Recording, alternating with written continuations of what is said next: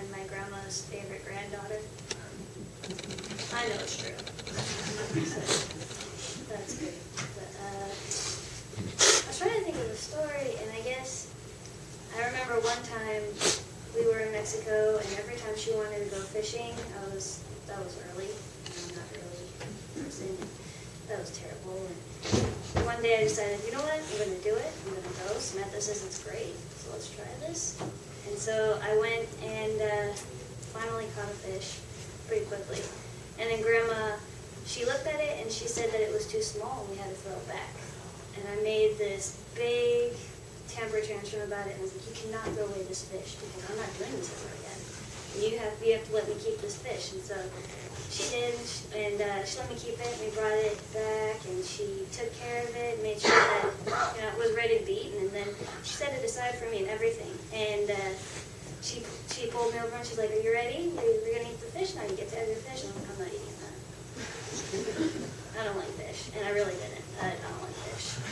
But I went fishing, and that was nice. And then another thing I was thinking about when we were, when I was listening to you guys, is that she's been sick for 14 years, and as we got later and further into the years, we started speculating what she was waiting for so that she could go. Mommy?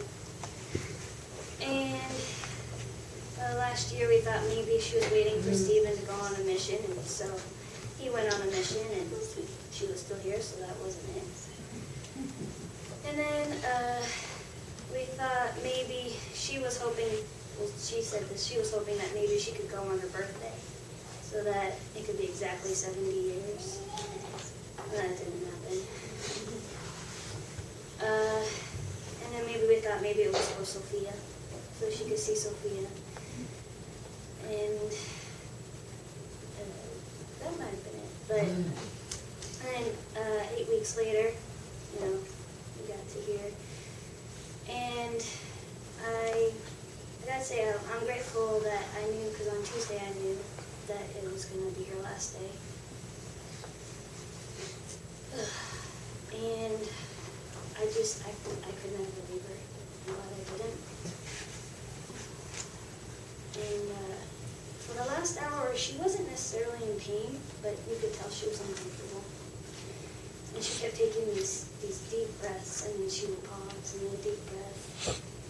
And Mom came up to her and gave her a kiss, and she loved her, and then she left us. She was still in the room, but she couldn't hear me. And I leaned into Grandma's ear and I said, it's okay. You can go now. It's okay. And after that, she took one deep, deep breath, and then that was it. And so, I don't necessarily think that she was waiting for me to be ready, but I'm glad that I was ready before she went.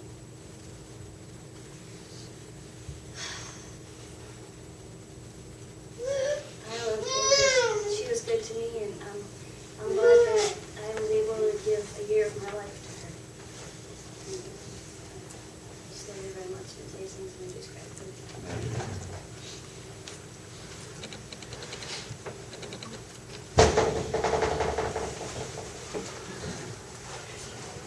Now I'm just going to take just a minute. As a friend, not related by blood, but she was so proud of her family. You all were her favorite. And every time she'd go visit you, she'd come back and tell me all the things she did while she was at your house. So I know a lot about all of you. Because she told me, I didn't know your faces, but when the guys got up to talk, oh, that's John, and his kids, so-and-so's on mission, so-and-so's here, or whatever, oh, she made flowers with their kids. She went and stayed with here. Oh, she did. Oh, she went and stayed with their lives. I knew Betty the whole time she was sick, I guess, because we moved here in 2000, I guess, and that was the year. And I remember when she found out, and we cried, and I was just like, I couldn't believe it. But she had so much will and such a strong will to live. And every year went by, and nothing happened. I mean, as far as she didn't die. And I just kept thinking, oh, oh, maybe she's going to get better. You know, maybe this surgery will help her and she'll be better.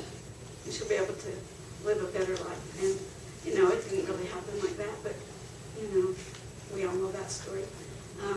But we probably all were her favorite is what I wanted to say. And that's how she made you feel. And she just loved everybody. I mean, you know, there was times she got mad. And I saw Betty mad a few times. And, you know, she might rant and rave for a while, but she would do anything. Even if she was mad at you, she would go and help you if you needed anything. Or if she heard of anybody, if I even said, oh, I think this person's having a hard time. Next thing I know, Betty's over there taking dinner, taking groceries. Do you need a ride somewhere? Taking them. And here she hardly could get around sometimes. And she'd call me up sometimes and say, hey, you want to go yard selling tomorrow? Well, I didn't really want to go yard selling, but Betty loved it so much, and so I wanted to be with her and, you know, as her friend and go with her so she wouldn't have to go by herself. So I'd say, sure, what time are you going? Because she liked to go early. She'd come early, and she'd be out there beeping her horn, and I'd have to jump up and run out there. But, you know, these are fun things. She's just a very caring, sweet person. And she was always up for anything. Anything you suggested. If I even said, boy, sometime we need to do that. And she'd say, oh, how about next week? Let's go. And she'd already have it planned, and I'm going, oh, okay, yeah, that'll be great. But she was a wonderful example to her friends and family, and I want you to know how much she did so good, how much she loved all of you. She loved all of us. That's it. That's in Jesus Christ.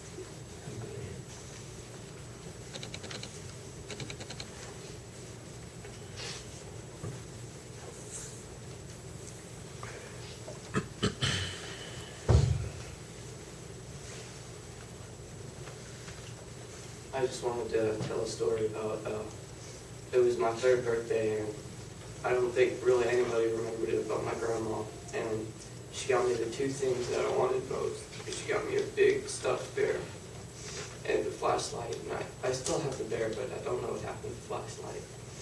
But I've always cherished that. And I didn't know about that story until Kayla told me. And I'm glad that I've had these years to spend with her, because as I heard you guys talk, that she only had 2000, she only had 5 years left. And I got to spend extra time with her. I don't know what I would have done without her. Monday was the last time I talked to her, and I got to hear her say that she loved me one more time before she left. And I was so happy.